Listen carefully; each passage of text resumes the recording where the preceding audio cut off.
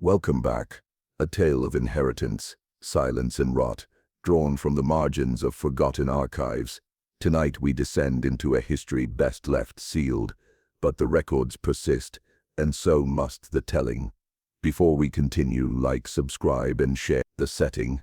The year was 1837, and the small Massachusetts township of Ashcroft Hollow lay still against the encroaching woodlands, its clapboard houses and stone parsonage wrapped in the cold silence of early winter. The town registers note births and deaths in neat hand, yet many leaves in the folios are missing, crudely razored away. Parish ledgers likewise carry faint ink stains, and in one margin a clerk has scrawled in hurried Latin, non dicitur, "It shall not be spoken." At the heart of this secrecy stood the Randolph family, a name whispered with deference yet seldom with warmth.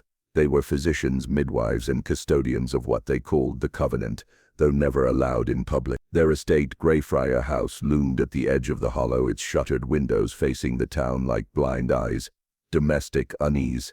In these early records we first glimpse Ruth Randolph, matriarch of the line. A woman of fragile constitution, yet regarded as formidable in spirit. Local memory preserves her not as gentle caretaker, but as one who walked the rooms of Greyfriar with lamp in hand, opening locked cupboards and murmuring accounts to herself in a ledger bound in calfskin. Children of Ashcroft Hollow told stories of lights in her windows long past midnight, and the smell of burnt herbs carried on the wind. Among her possessions was an iron chest documented in a probate inventory following the death of her husband, Elias Randolph. The chest was said to contain surgical instruments, forceps, bone saws, and calipers, each wrapped in linen yellowed with age. The accompanying note, preserved in fragment, reads, "For the continuance of line to be applied without hesitation, as was instructed by Father Randolph, Archive, Box 4, Folklore 12, redacted by Town Clerk, 1840. No one in Ashcroft Hollow could recall a Father Hale among the clergy, and so the annotation was left uncrossed, unexplained. The whispers begin. It was in this same decade that townsfolk began to mutter of strange births. Infants delivered beneath Ruth's hand carried marks not quite natural, limbs bent at angles, eyes clouded before first sight, tongues swollen as though choked in the wood. Some lived but briefly, others were buried at night with no entry in the parish register, yet no Randolph child was ever recorded as lost. Their lineage endured with an unnatural constancy, as though misfortune passed by their door. The Hollow whispered that Ruth's chest of instruments bore some connection. In 1835, a midwife by the name of Marjorie Phelps disappeared after assisting at Greyfriar. Her name was struck through in the register of licensed practitioners, with the notation, "Gone to Boston, no forwarding." But in a loose slip tucked between folios the curate later added, "Never seen again." Artifacts of unease, fragments from the Greyfriar cellar, unearthed during renovations a century later, confirm much of the superstition. Among them, anatomical diagrams of the female pelvis, drawn in ink so faded it suggests late 18th century. Notes in the margin correspond to instruments of compression and extraction. A bottle labeled Spiritus Etheris, stopper intact, its contents evaporated. Small bones wrapped in cloth bearing cut marks inconsistent with burial. These were catalogued briefly in 1921, then transferred to the private collection of the Historical Society, where access remains restricted. The catalogue entry closes with the stamp, "Not for public display." Suspicion within the community. The Hollow grew uneasy, though none dared confront Ruth outright. Instead, they spoke in lowered tones during Sunday gatherings. Children were warned not to wander near Greyfriar at dusk. The parish minister recorded in his homily for Candlemas, 1837, "There are among us those who keep their secrets in iron boxes, and their devotion is not of heaven but of earth and flesh. Let none consort with them, lest their seed be mingled with corruption." Ashcroft Parish Sermons, Book 3, p. 47. The words were general, yet all present knew at whom they were aimed. The first whisper of this tale, then, is not of violence but of silence, not of blood spilled but of pages razored away, names crossed through, births left unrecorded. All roads, however, bend toward Greyfriar House and the iron chest of Ruth Randolph. The Hollow endured, yet a seed was sown, one that would take decades to bear its black fruit.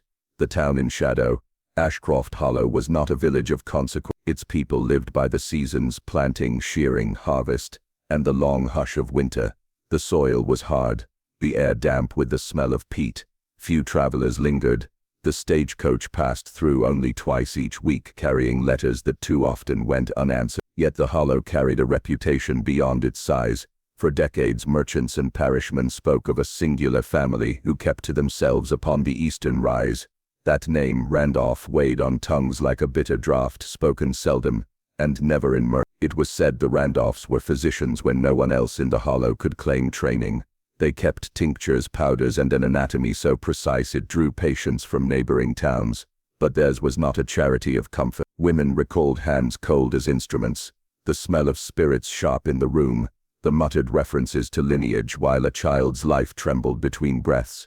The Randolph estate, Greyfriar House itself, described in tax records of 1828, rose 3 stories with an attic and wide cellar. Its clapboards, once white, had grayed to match its name. Windows were shuttered not for economy but for secrecy. Visitors recalled a corridor lined with portraits. Randolph forebears painted in dim oils, all possessing the same angular cheekbones and eyes that seemed a shade too pale. In the parlor stood a locked cabinet.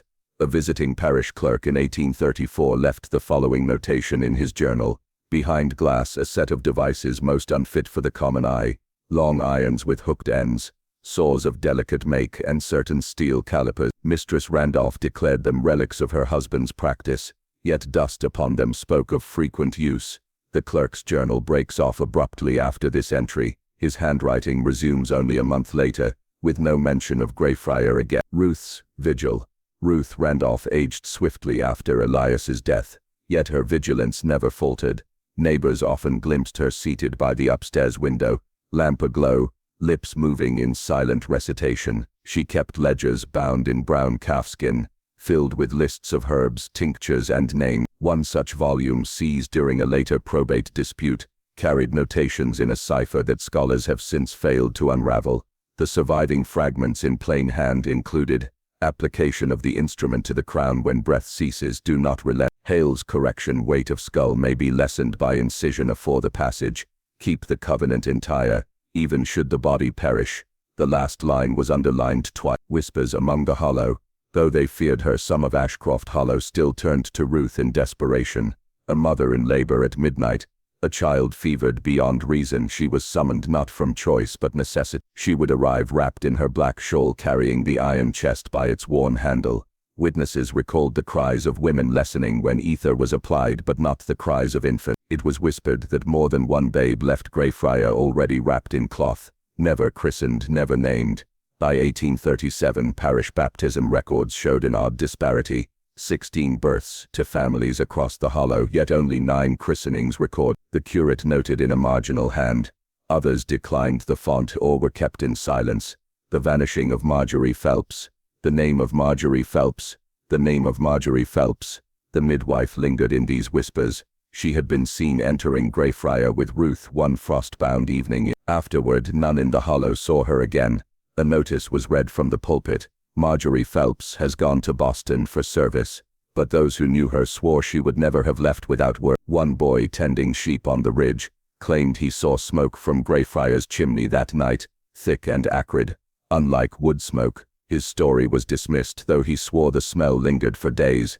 The town registers record only names struck by absent suspicion in the records. When townsfolk spoke of the Randolphs, it was never direct accusation, only the heavy pause, the sidelong glance. A sermon from 1837 warned against those who would remake the natural order under guise of medicine. Another note in the vestry minutes advised caution in accepting Randolph tinctures, for fear of unknown ingredients. The Randolphs, however, maintained their standing. Wealth kept them insulated. Their land holdings stretched beyond the hollow's outskirts. Families who whispered too freely found themselves unable to secure loans. Their cattle left untended by Randolph men who controlled the pastures. Silence once more was purchased by necessity.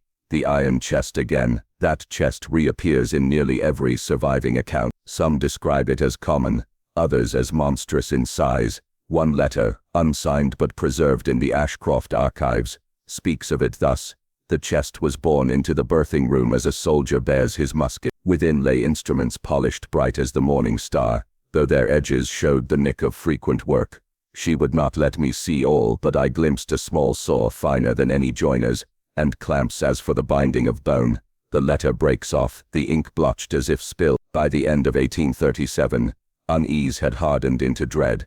The Randolph name was spoken only in necessity. Children crossed themselves when walking near Greyfriars, and in the town's collective memory the whispers began to turn not only to Ruth but to what she called the covenant, a word never uttered in church but carried through the hollow like smoke that would not disperse. Inheritance of silence. By the 1840s the Randolph family had become less a household than an institution within Ashcroft Hollow. Their property records in the county archive list Greyfriar, the East Wood, the South Pasture, and adjunct barns holdings so extensive that 3 tenant families worked land under Ruth's oversight, but titles and acreage did not secure trust. Each generation of Randolphs seemed touched by the same chill of temperament. The hollow spoke of a legacy of silence, inherited as surely as the pale eyes in every portrait that lined Greyfriars Hall. Children of the line were tutored at home. Their voices, when heard at market, carried a curious flatness as if every word had been rehearsed. It was not illness exactly, nor madness in any diagnosable form. Yet parish minutes from 1842 noted, the Randolph heirs are subject to peculiar seizures of mind, not violent but unnerving to witness. Randolph and Hale. Among Ruth's correspondents was Dr. Hale, a physician trained in Boston. Surviving letters, though heavily water-stained, reveal a relationship both collegial and conspiratorial. One fragment dated 1841 reads, "The cranial plates, when widened by careful pressure, admit greater growth. I commend your persistence, though the parish would not continue the practice. Keep the covenant entire." The ink beneath covenant has been rubbed as if by a nervous thumb, in Ruth's own hand, responding, "You speak of inheritance as chain, but I see it as root. What flourishes above must be prepared below. If the cost be silence, then silence we endure." Hale's name would surface repeatedly in connection with Randolph experiments, though never in official records, only in whispers and redacted ledgers. Ruth's decline. By 1845 Ruth herself was failing. Her gaits slowed. She leaned heavily upon the banister of Greyfriars' main stair, yet her mind, witnesses said, grew sharper, more relentless. She spent hours in her chamber, copying text by candlelight, extracts from Hunter's Anatomia Uteri Humani Gravidi, and marginalia from lesser-known folios now lost to damp.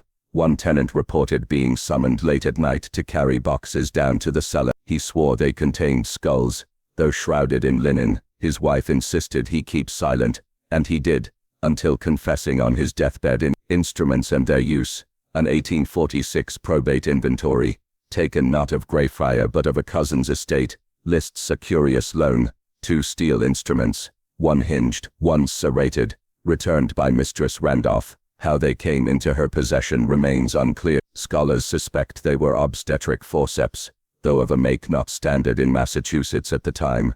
Among papers seized later was a sketch done in brown ink of a device resembling both compass and caliper, labeled for the measurement of infant skull pre- and post-procedure. The margin carries a note: "Do not disclose. Ashcroft must not know. The children of Greyfriar." No census taker ever recorded a full accounting of the Randolph offspring. In 1840, 3 children were listed. In 1850, only 1 remained at home, though Ruth was still alive. Locals muttered that 2 had gone abroad, yet no ship manifests bear their names.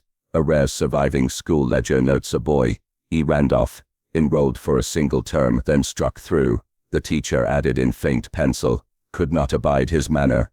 Eyes would not leave the floor." By the 1850s, even these sparse traces vanish. Psychological afflictions.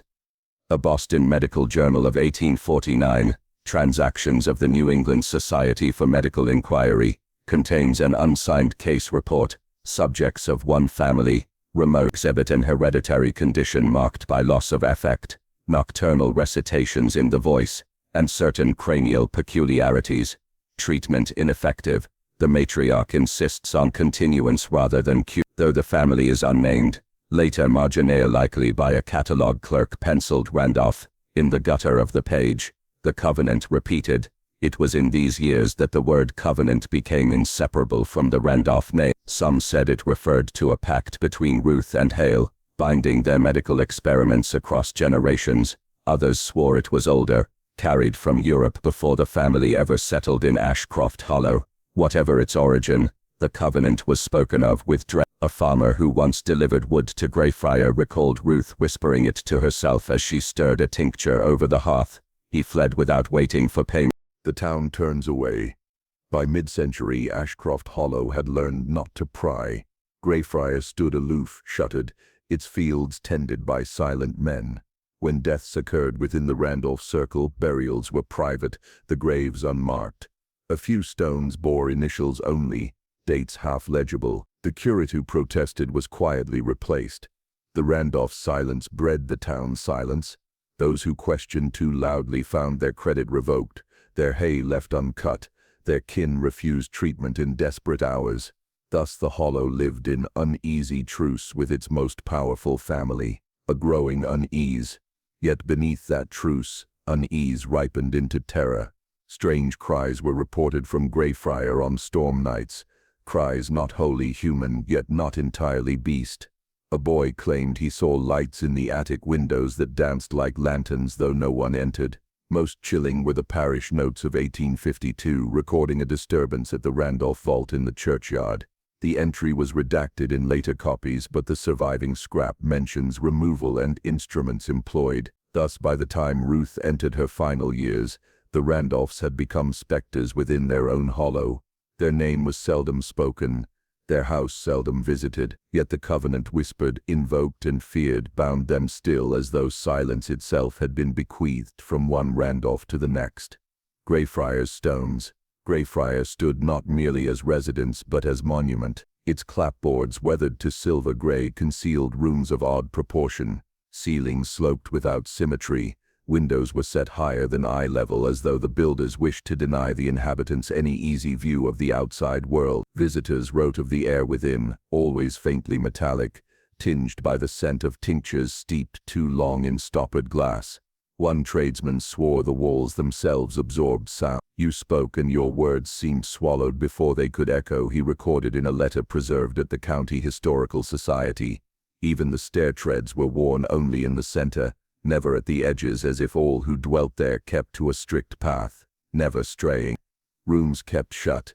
Certain chambers were barred entirely.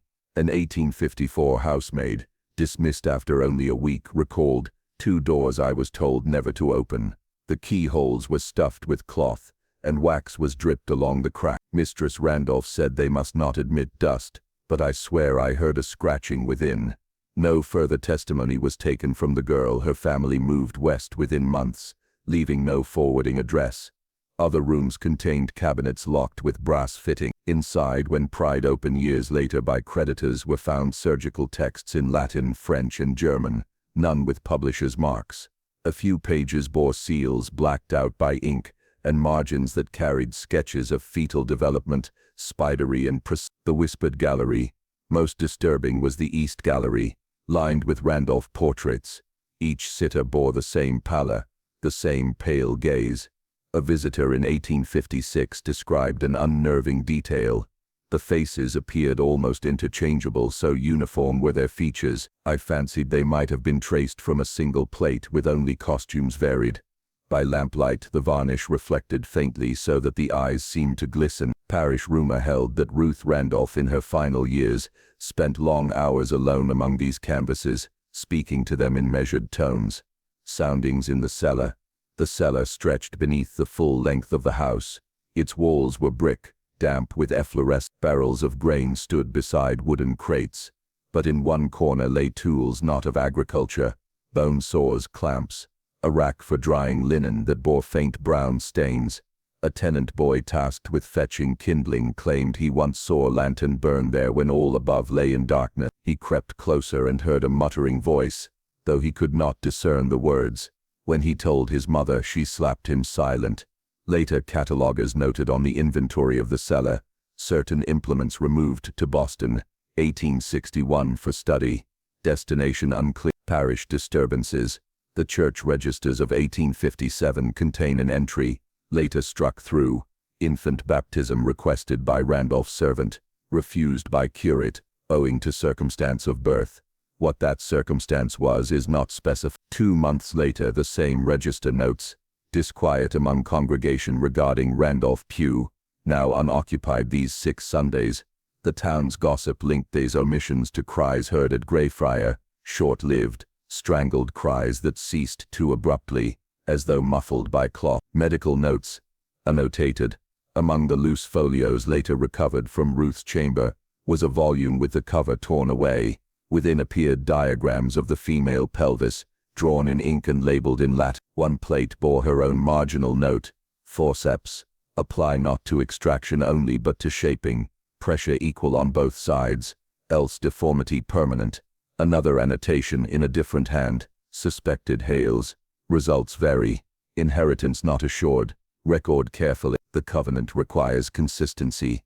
Scholars later judged these remarks to imply experiments not merely on delivery, but on heredity itself, a notion abhorrent to orthodox medicine of the time. The servants' stories. Those who worked within Greyfriar spoke little, yet fragments survive. A laundress admitted that certain linens could never be made clean.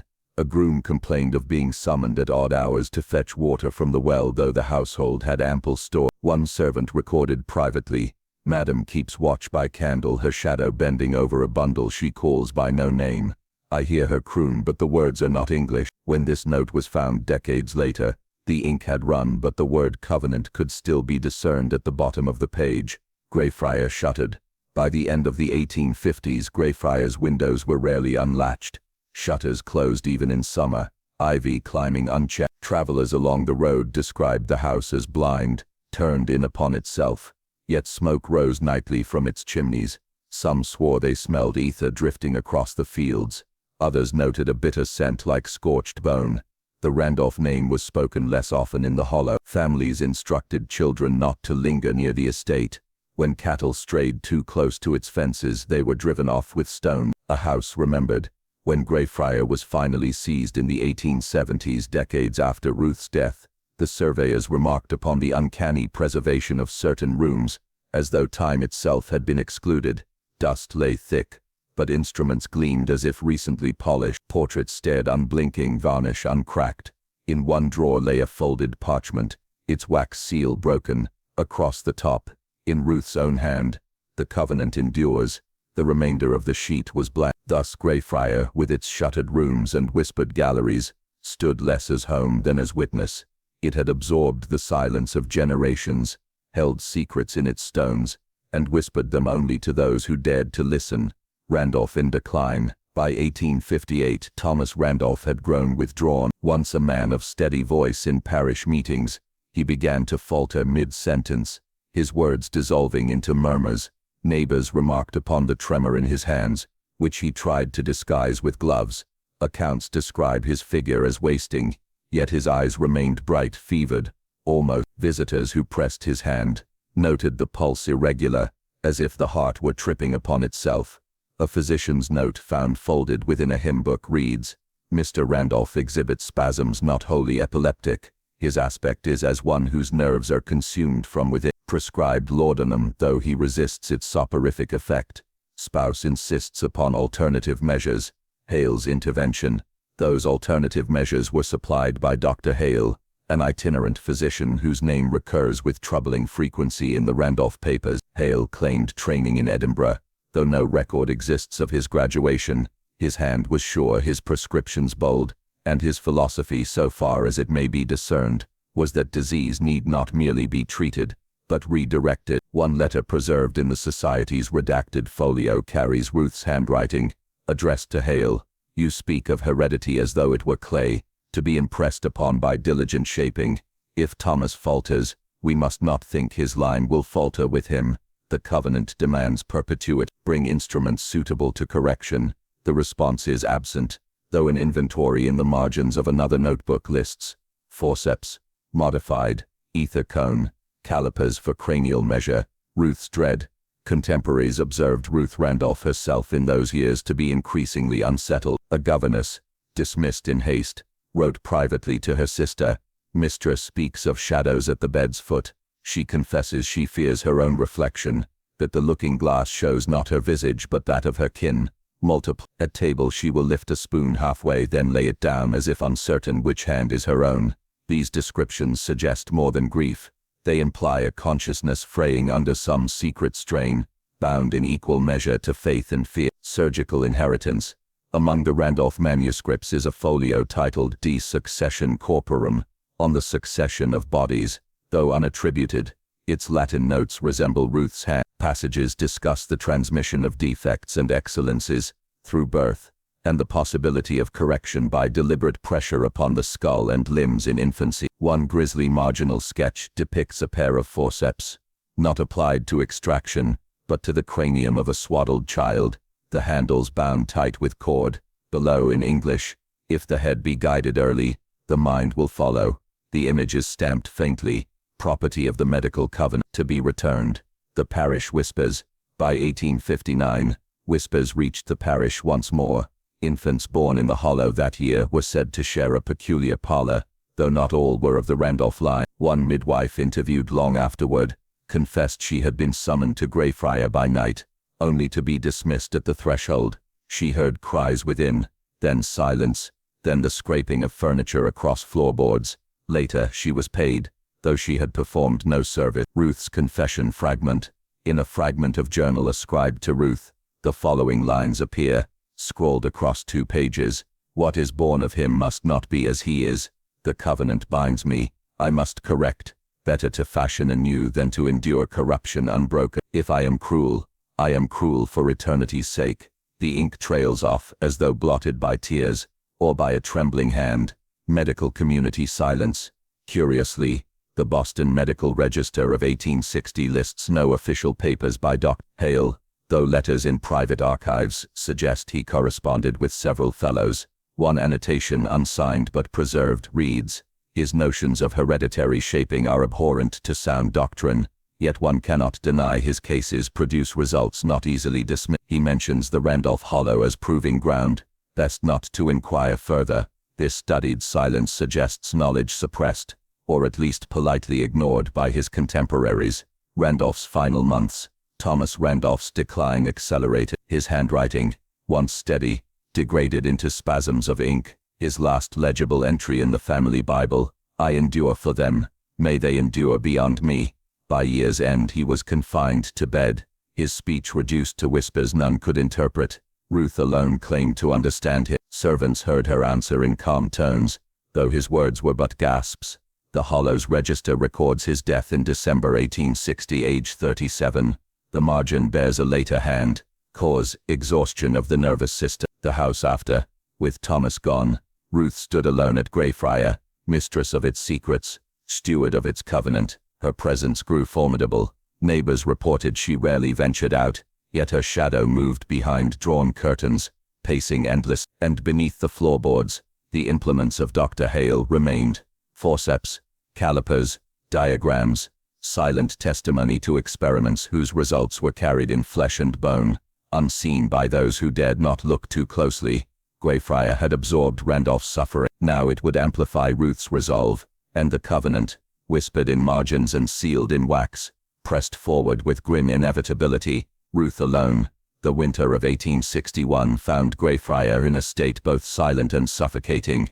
With Thomas Randolph's passing, Ruth's presence grew almost spectral. She presided over the house with unbending will, a figure half widow, half matron. Visitors remarked that she dressed not in black but in muted grays, as if mourning were too feeble a costume for her resolve. She spoke sparingly, but when she did, her words fell with the authority of scripture. The children of the Hollow were kept from her gaze. Mothers crossed themselves if her figure was glimpsed at chapel. Whispers grew that Ruth sought not only to preserve her line, but to alter it. Hale's ledger. Among the surviving Randolph papers is a bound ledger, leather warped with damp, bearing Hale's initials. Its entries are sparse but chilling. Febide instruments, applied per instruction. Infant head circumference 13. Ruth anxious, yet resolute. Ether calms the subject, though lungs strain. Continue.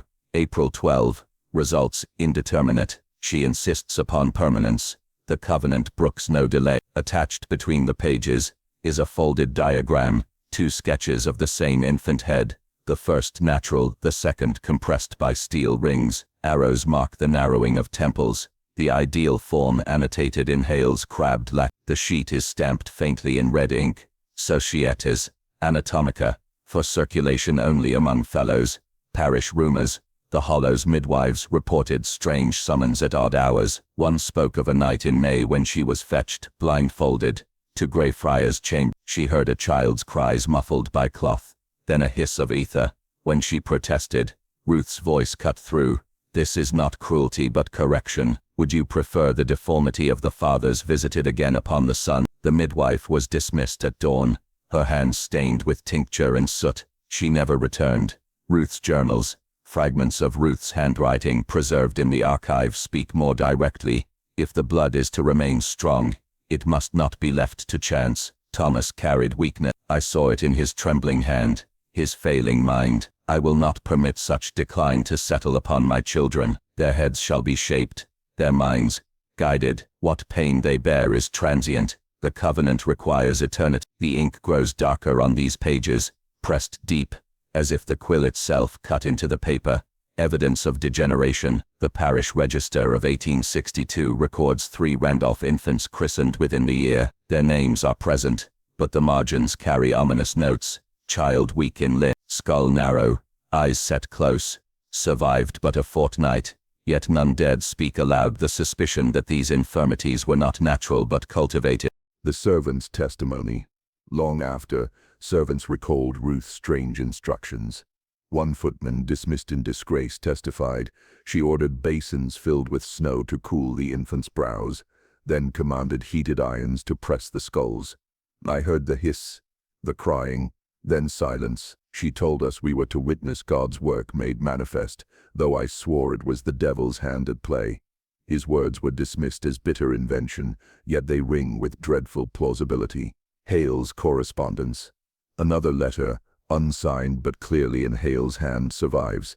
Your conviction surpasses my own. I once believed heredity an iron chain.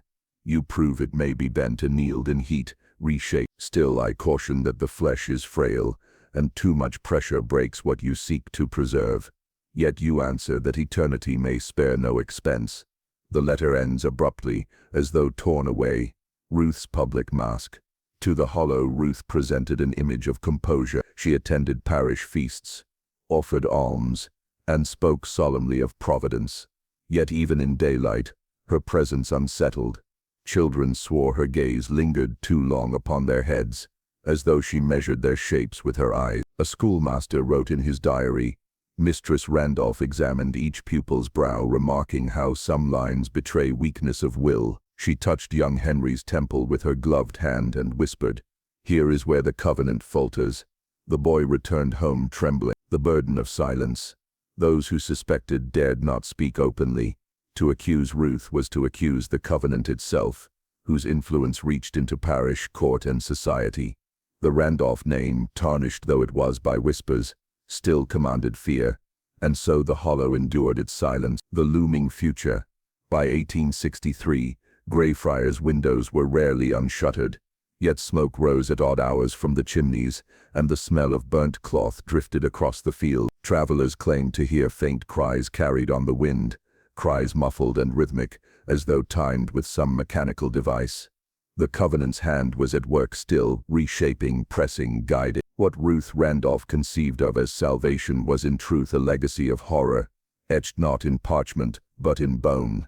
A letter without salutation. Folded within the Randolph folio lies a sheet whose edges are torn, its ink pale, perhaps once immersed in water. The handwriting is firm, almost clerical. The womb is not merely a chamber of life, but an archive. Each birth is a repetition of the former, stamped by ancestral design, yet design may be corrected. What is inherited need not remain immutable. By forceps, by ether, by discipline, the sequence is bent. Each child a page amended, each womb a ledger bound. The hand is unmistakably Hale's. The hidden nursery. Accounts describe a room in Greyfriar long sealed from public eye. Curtains drawn, door barred, its air heavy with tincture and vinegar. Within stood not toys but instruments, clamps, padded boards, weighted calipers, jars of preserved tissue. A visitor, a cousin from Shrewsbury, recounted, "I was told the nursery lay at the topmost floor. When I entered, I saw no cradle, only a bench upon which an infant's head might rest. The air stank of spirits. My blood recoiled. Ruth appeared behind me, saying, "Do not look upon this as cruelty, look upon it as editing." She fled Greyfriar before dawn. The parish doctor's observations. Fenwick, a provincial physician summoned occasionally to the Hollow, recorded cryptically in his casebook. The Randolph infants exhibit premature closure of sutures, temples narrow, foreheads exaggerated, they cry incessantly, yet lungs fail by the 3rd month. I suspect intervention, but no confession is possible.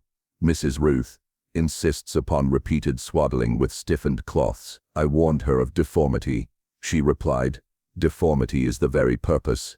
Fenwick's notes cease abruptly, and he removed himself to Bath, never returning to the Hollow. Ruth's rationalizations. Ruth's own journals. Those that survive unburnt are more chilling.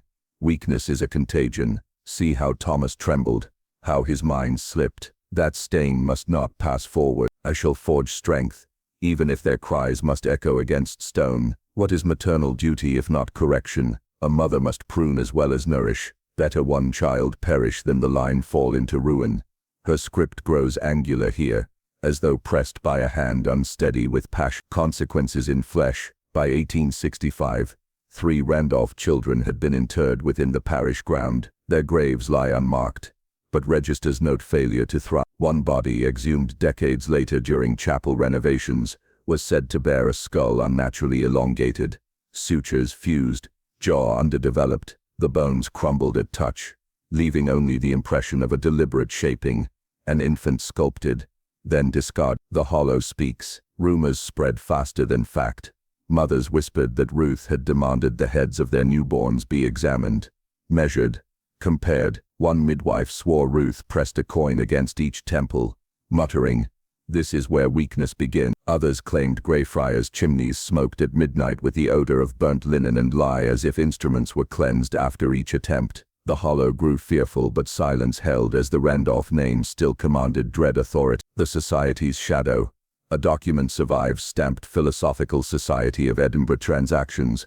Private. It describes a case in the Western Shire where hereditary afflictions were corrected through mechanical intervention at the time of parturition. No family name is given, yet the diagrams, steel bands, compressive caps, articulated forceps, match those preserved in the Randolph folio. The Society never acknowledged the paper publicly. In the margin of the copy found in Greyfriar, Ruth herself has written, "Proof that our covenant is not singular." Others walk this path, though in secret. Hale withdraws. By 1866, even Dr. Hale's tone shifted. In one surviving draft, unsigned but clearly his, "Your zeal, Mistress Randolph, exceeds my tolerance. What began as correction now courts obliteration. A line preserved through such means may carry not strength, but ruin. I cannot in conscience proceed." The draft bears no reply from Ruth, yet Hale remained in the Hollow another year, bound perhaps by fear, perhaps by obligation. Ruth, ascendant. By now Greyfriar stood as both fortress and tomb. Servants were dismissed. Only a few trusted women remained. Ruth moved through its halls like a warden of her own design. To the Hollow she was the widow of iron. To her children she was the hand that measured their brows, pressed their skulls, dictated their posture. The Randolph line was no longer merely born, it was engineered. The silence before the storm. By 1867 word reached distant kin of strange practices in the Hollow, yet no one intervened. The Randolph name, the covenant's invisible weight, silenced all, but silence never holds forever. Documents suggested within 2 years events at Greyfriar would burst into open calamity. The womb had been treated as ledger, now the ledger would bleed through its own page. An invitation too carefully penned. In late autumn of 1868, the Randolph household extended invitations to a dinner at Greyfriar. The cards were thick vellum, embossed with the family crest, sealed in crimson wax. Such gestures had grown rare. Ruth had long kept the gates shut, and the Hollow murmured that Greyfriar was more mausoleum than manor. Yet the invitations bore a curious addendum written in Ruth's own precise hand. Attendance required for the continuance of favor. Matters of blood and duty to be addressed. Cousins, parish stewards, even Dr. Hale received them. To decline would be to announce suspicion, and thus none refused. Greyfriar prepared. That night the manor glowed. Lamps blazed in windows, long dark silver was polished, wines uncorked, yet beneath the surface grandeur lay disquiet. The dining hall smelled faintly of ether, The air was unnaturally chill, as though the hearth had been ordered low. Upon the table were not only dishes of meat and bread, but also laid beside each setting, a folded paper packet bound with twine. The gathering, accounts differ, but all agree when the company assembled, Ruth presided not as grieving widow but as magistrate of her own tribunal. She wore black silk stiff with lace at the cuffs, and upon her breast glinted a small steel key hung as if a pendant. Dr. Hale sat rigid at her left, lips pressed to a thin line. Several cousins exchanged nervous glances, uncertain whether this feast would be celebration or reckoning. The unsealing of the packets. At the appointed hour, Ruth instructed the guests to open their pack. Each contained a single sheet, densely inscribed in her angular hand. Some bore diagrams of skulls, others genealogical trees inked in red, tracing Randolph blood across generations. One cousin recalls, "Mine showed the cranium of an infant, sutures scored in ink, the brow drawn back as if stretched. At the foot of the page was written, 'This is what must be prevented.' I dared not lift my eyes." The speech of inheritance. Ruth then rose. Her words are preserved in fragments from multiple testimonies, pieced together later. "We are not as other families. Weakness follows us like a hound. Madness, deformity, consumption. Each branch bears its root, but we shall not perish. By discipline, by correction, by covenant, we survive. You see the proof upon your pages. Deny it if you can." She struck the table with her hand, rattling the silver. "I have done what was required. Others lacked the stomach. I do not. The line will not falter while I draw breath." Hale's protest. At last, Dr. Hale spoke. His voice trembled, yet he forced it above the hush. "You present horror as duty. These are not corrections but desecrations. Infants are not clay for the potter's wheel. You carry the covenant beyond endurance." Ruth turned upon him, eyes alight. "And you, sir, have you not signed the registers? Have you not pressed your seal to every examination? Your hands are as red as mine. Do not seek refuge in protest." Hale faltered, unable to meet her gaze. The breaking of silence. The company was aghast. Some rose to leave, but the doors of the hall had been locked from without. Ruth produced the small steel key from her breast, and let it dangle before them. "No guest departs until the covenant is renewed. You will affirm your blood's commitment. Write it here, before me, lest you be counted among the forsworn." A folio was placed upon the table, thick, bound in calfskin, its pages crowded with signatures from generations past. The candlelight rebellion. Whispers spread among the cousins. Some wept openly, others refused the pact. At last, one distant kinsman, Edward by name, cast his packet into the fire, and declared, "I will not sign. Better the line expire than perpetuate this torment." His defiance emboldened others. The hall swelled with murmurs, the covenant's grip loosening before Ruth's eye. Her face, pale and hard, seemed carved of stone. Ruth's final gambit. She clutched the folio to her breast, and hissed, "Then you condemn us all. If you withdraw, the weakness returns. Do you not recall Thomas, his faltering hand, his stammer? That fate shall be yours, and your children's if you abandon what I have wrought." The candles guttered, casting monstrous shadows against the walls. Servants, silent till then, drew the bolts on the doors. The air grew thick with terror. The covenant exposed. In that moment, the Randolph secret, long whispered, stood naked before its own kin. What had been hidden in archives, murmured in nurseries, concealed in journals, was now shouted in the light of flame. The covenant was not myth. It was practice, surgical, hereditary, unrelenting, and its matriarch stood demanding allegiance with the folio in hand. The night did not end in consensus but in fracture. Some signed, trembling, others spat defiance. All departed Greyfriar, knowing the truth could never again be unseen. The Hollow would not remain silent after that night. The hall in uproar, the Randolph dining room, once a place of solemn ritual, dissolved into chaos. Some cousins shrieked, others fell to prayer. The folio lay open upon the table, its pages fluttering in the draught from the chimney, black ink gleaming like wounds. Ruth remained upright, hand resting on the calfskin binding, lips pressed tight, as if she alone could hold the family's fate together by force of will. Edward's defiance. Edward, the kinsman who had first cast his packet to the fire, stood again. His voice, though ragged, carried over the tumult. "No book binds me, no oath to a graveyard of infants shall compel my hand. If you make covenant with blood, then it is blood you shall drink." He overturned his wine cup upon the table, scarlet pooling across the silverware like a fresh wound. Others gasped, crossing themselves. Ruth's fury, Ruth's composure shattered. She struck him with words sharpened as scalpels. Coward, you turn your face from duty while feasting on the strength my sacrifice is purchased. Without me,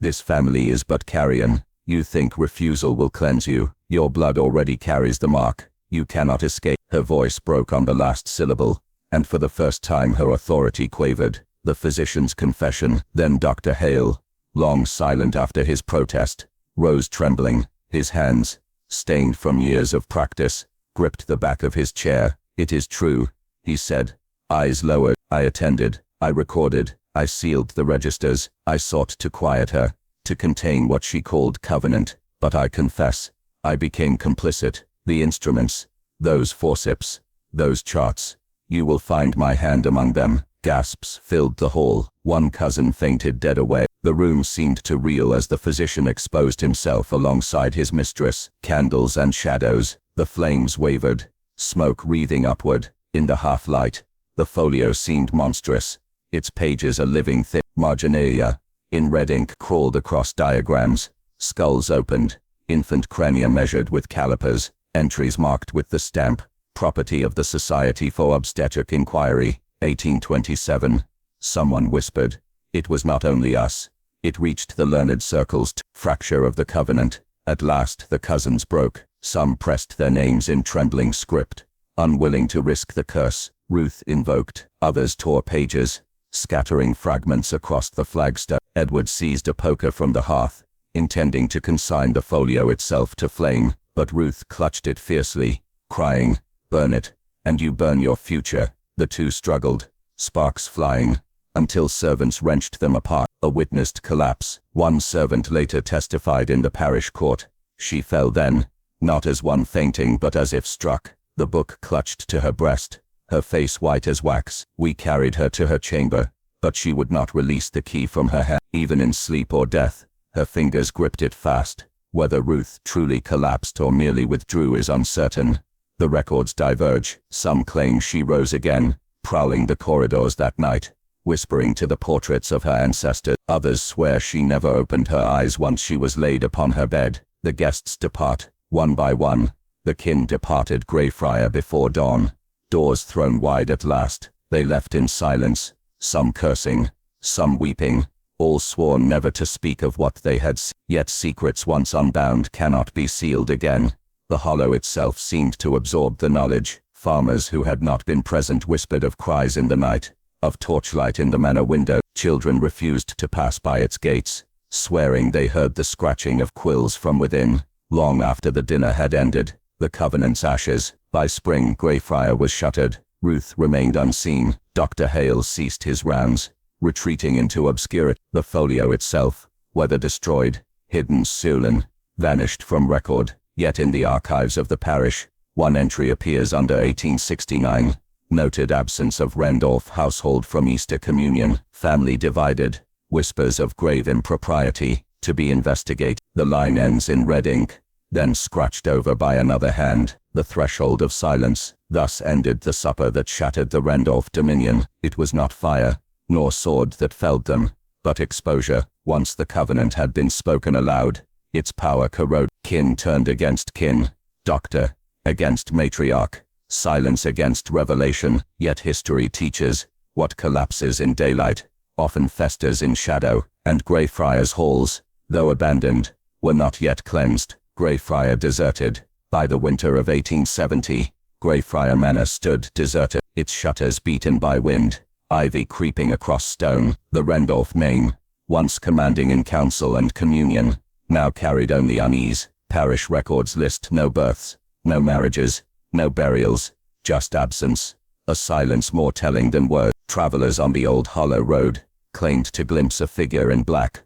pacing the windows at dusk. Some swore it was Ruth herself, preserved past reason. Others whispered of Edward, returned to burn the house, and finding himself unable to strike the match. None approached close enough to verify. Ruth's death is a matter of dispute. Official register cites apoplexy, June 1871, attended by Dr. Hale. Yet a note in the corner, penned in another hand, reads, Body not viewed by parish. Burial conducted privately at Greyfriar Ground. Others insist she lingered far longer, her mind frayed, murmuring to instruments she refused to relinquish. A surviving inventory from Dr. Hale's estate lists 1 case of obstetric forceps, engraved 3 calipers, infant measure, 2 bound folios, contents suppressed. No record of their destruction survives. The folio's fate. What of the Covenant folio? Some claimed it was buried with Ruth, clutched in her arms. Others argued it passed quietly into medical collections abroad. A single page surfaced in 1903, pasted into the back of an anatomical atlas sold in London. The diagram, half-scorched, depicted a skull crown, sawn open, with annotations in Ruth's hand. Beneath, a stamp, Obstetric Society, private use only. The page was removed by the dealer before the atlas entered catalogue. Its present whereabouts remain unknown. Dr. Hale's withdrawal. Dr. Hale withdrew to a smaller practice by the river. Parish rumor said he no longer treated women in childbirth, only ailments of the age. He carried a key on his watch chain until his death in 1876. When prized from his body, the key was found rusted, its wards snapped, as though used to lock something forever sealed. The family scattered. The younger Randolph cousins scattered across counties, some changing their names altogether. They avoided communion, baptisms and public record. By 1890, the family name scarcely appeared at all. What had once been a dynasty was now a memory, spoken only in whispers of the Hollow House, and the mother who bargained with blood. The Hollow's persistence, yet the land itself, remembered. Shepherds reported lambs born with misshapen skulls in fields once tilled by Randolph. A carpenter repairing the church belfry, uncovered folded papers, wedged in the timbers, pages of obstetric charts in Ruth's handwriting, measurements marked in crimson pencil. How they came to rest their remains unexplained. Archivists' marginalia. In the county folios, a clerk wrote beside a redacted entry, matter closed, discussion prohibited, yet he underlined the word prohibited twice, as if to remind himself the silence could never truly hold. A lingering whisper. Even today, scholars dispute whether Ruth's covenant was delusion, manipulation, or the outer edge of medical ambition. What cannot be denied is the shadow she cast, the blurred line between devotion and obsession, between preservation and violation. And those who walk near Greyfriar Hollow claim the silence there is not empty, but listening. So ends the account, yet not the unease. Some histories collapse into dust, others into dread. The Randolph covenant belongs to the latter. Should you pass an abandoned house where shutters tremble in the wind, listen closely. If you hear the scratch of a quill, or the clink of forceps against a tray, step back. Some doors were meant never to open.